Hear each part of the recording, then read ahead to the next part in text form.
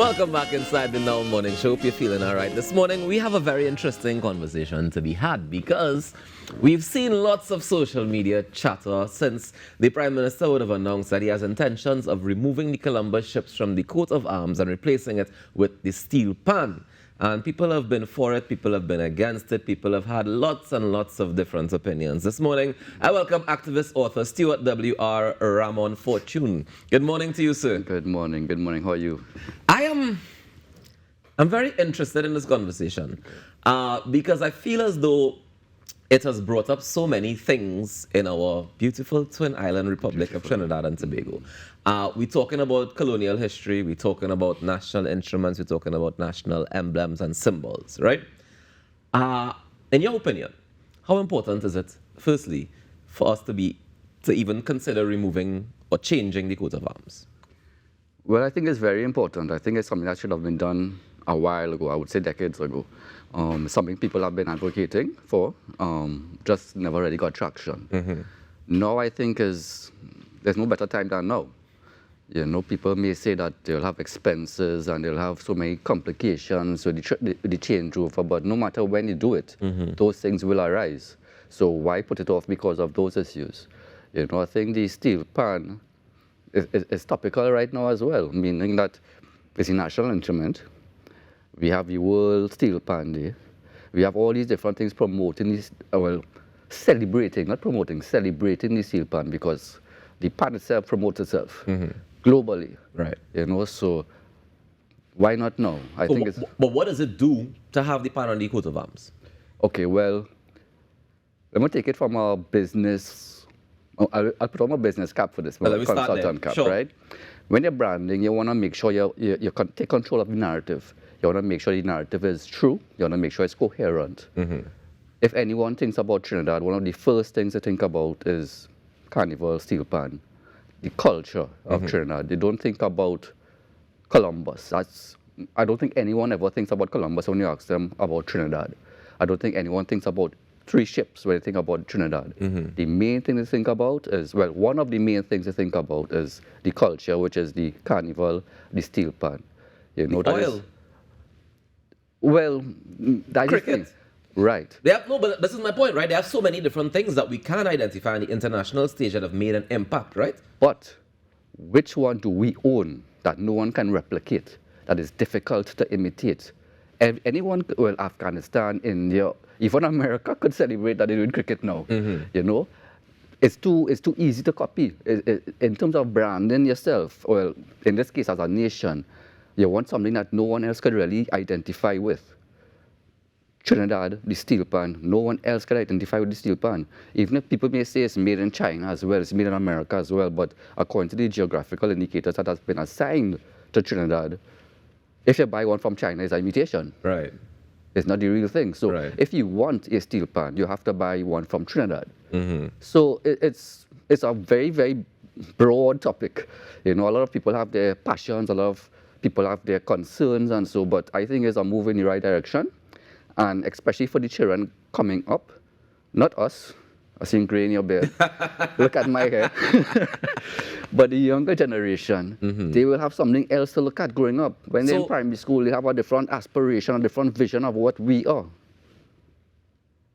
So here's my challenge, right? And I'm only, it's not that I disagree, but I'm challenging it only based on when you're in school. I mean, you learn history, a particular version of history. Right. That seems to, I mean, they tell you about the Caribs and the Arawaks, and then they came and, Columbus discovered Trinidad. I mean, according to Shadow, Columbus lie, right? Yes. But if we aren't focused on giving the proper education, does it matter what's on the coat of arms? Well, based on what you just asked there, people think that the coat of arms all of a sudden is Thanos' gauntlet. So, you know, snap of the finger will disappear. So if you remove the ships, all of a sudden will just disappear into the wind because it means that we erase our history and we're no longer here. And it's about what we want to promote going forward. Right. What we want to, how we want to position our brand as a country. I mean, again, I will say this, letting you know that I've never spoken to anyone in government about this. This is my view. This is not the government's view. I have no idea what their view is. Right. From a business consultant perspective in branding, you really want to encompass and promote the best version of yourself to the world. Again, take control of the narrative. Make sure it's true. Make sure it's coherent with what everyone else. When Jay-Z came out to Trinidad, he did a song with the steel pan, right? I feel like that's a horrible example. No, I'm just saying that the first thing they think about, they won't come to Trinidad and say, well, I'm not talking about just Jay-Z. I'm talking about anyone who comes to Trinidad, they want to incorporate the local instrument, which is the steel pan. So that is globally known. Why can't we accept what is ours, what we created ourselves out of nothing? I mean, but we've accepted it, right? It's a national instrument. Right. There's no doubt about that. We've accepted it. We celebrated and we went to the UN and said, hey, we want World Steel Pan Day. And they said, yeah, no problem. Let's do World Steel Pan Day. So we have that. We celebrated all month long. We have the biggest panorama festival in the world here in Trinidad and Tobago. So it's not like there's any shortage of celebration for the national instrument. Correct. You understand? So my question to you is, I'm less focused on branding and more focused on national identity. How does it help or hurt the national identity? Well, okay, well, let me go. Let me ask you a question. You could finish a sentence for me? The British flag came down, the Trinidad flag went up, and the national anthem was played on the? I assume the pan was on the steel pan. Right? So there's nothing strong in terms of our national identity than the steel pan from ever since. Right. And when you look at how we developed as a country, I'll reference my book.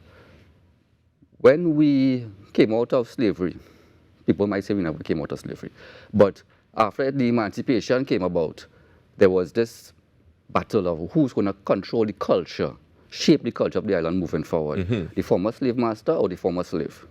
That battle created the steel pan. Well, it created many different things before the steel pan, which the tambo bamboo and all of these different movements that pushed what we now know to be the steel pan, right? So if you're talking culture, if you're talking history, if you're talking about what is real to us as a Trinidad people, that is the most real thing in our whole island in terms of culture.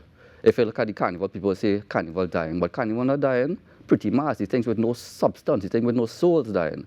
But if you look at the panorama, that was the most powerful platform for the whole carnival. The panorama was the most vibrant, the most energetic out of all of the events because that has the soul. That's where everything stemmed from. You know, that spirit of resistance that we go in and represent our culture no matter what. Again, go back to the emancipation, being able to express your culture. You have that emancipation. You have that right as well. So it's a very, I would say again, it's a very broad topic. It's a topic that people don't really understand too much in terms of the history and how these things developed. Because the steel pan didn't play national anthem on our first independence just by chance. It wasn't just by chance. That is what the steel pan, when we went to Taspo, when Taspo went to Britain in 1951, and they weren't getting any funds from the government to support that trip, they did a whole fundraising effort throughout the whole country, and that's the first time everyone came together behind a cause, a Trinity cause. All the communities which were previously silos, Indian silo, Chinese silo, African silo, Syrian silo, all of them came together behind this one cause which was bigger than any one silo. And that unity is what was able to propel Taspo to go to Britain in 1951, get that big international support and, you know, blow everyone's mind across the world. And when they came back, now, when the steel pan hit the road, there were thousands and thousands of people. Before Tambo Bamboo would attract the crowd, but nothing like what a steel band would attract. That steel pan hitting the road with those thousands of people showed the members, the players, the people on the street that we have power, because it was really unpoliceable crowds on the street. And through that identity being formed, that was then leverage for independence. So steel pan played, the anthem was played on the steel pan because of all of that history.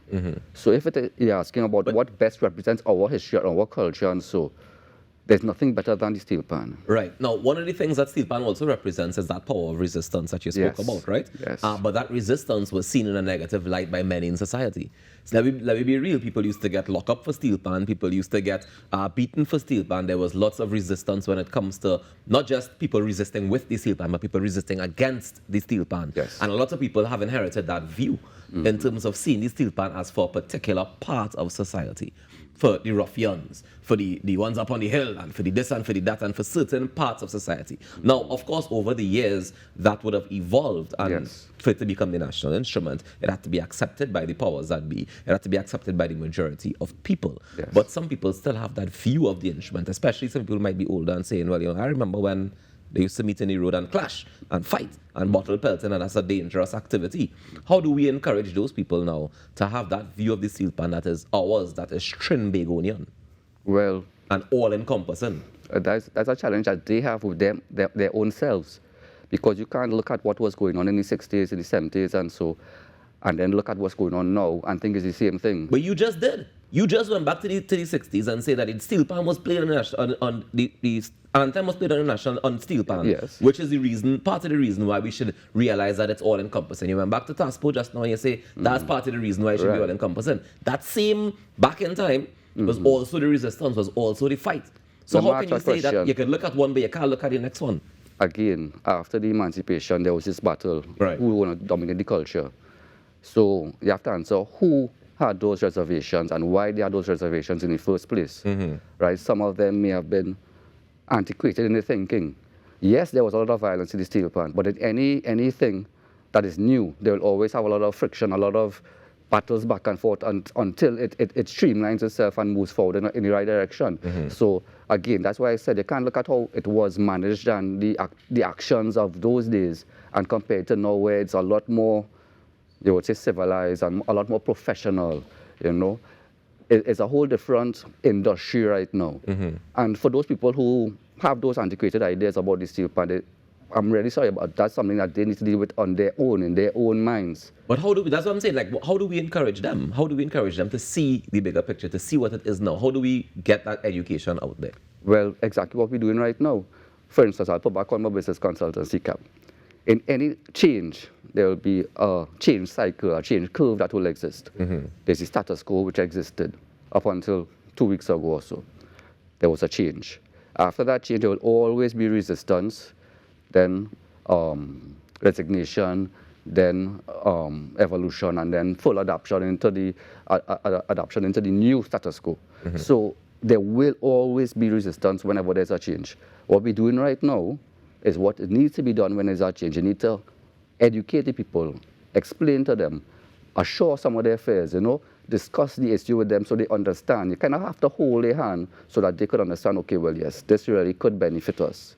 And that's what we're doing right now. We're having this conversation to try and really edify them and make them understand, well, the history of the steel pan. I hear a lot of people talking about the different instruments, the dantal, the tassa, and all of these things, but you need to understand why the steel pan is so unique. It's the thing that we created, the one instrument created in the last century. Yeah, I mean, I'm not gonna even join the conversation about whether we should be having another instrument or whatever the case. That to me is irrelevant. Right. What for me is more relevant is the idea of removing the colonial aspects of our history in terms of saying, all right, we're removing the chips from the coat of arms, but what else are we changing? What else should we be changing? Well, firstly, we need to change our minds. Aha. All right? But then should we need to even change the name of the country back to Airi? Because Columbus called we Trinidad and Tobago. I am not the leader of the country. No, I'm asking your opinion. I'm not asking for you to do it. Yes, so I will just discuss what has happened. Yes, there are a lot of different things that we could change. People say we could change the Queen's Park, Savannah. A lot of things. I mean, why not? We have the perfect example. We have a street in Port of Spain called the Neville Jewell Street, right?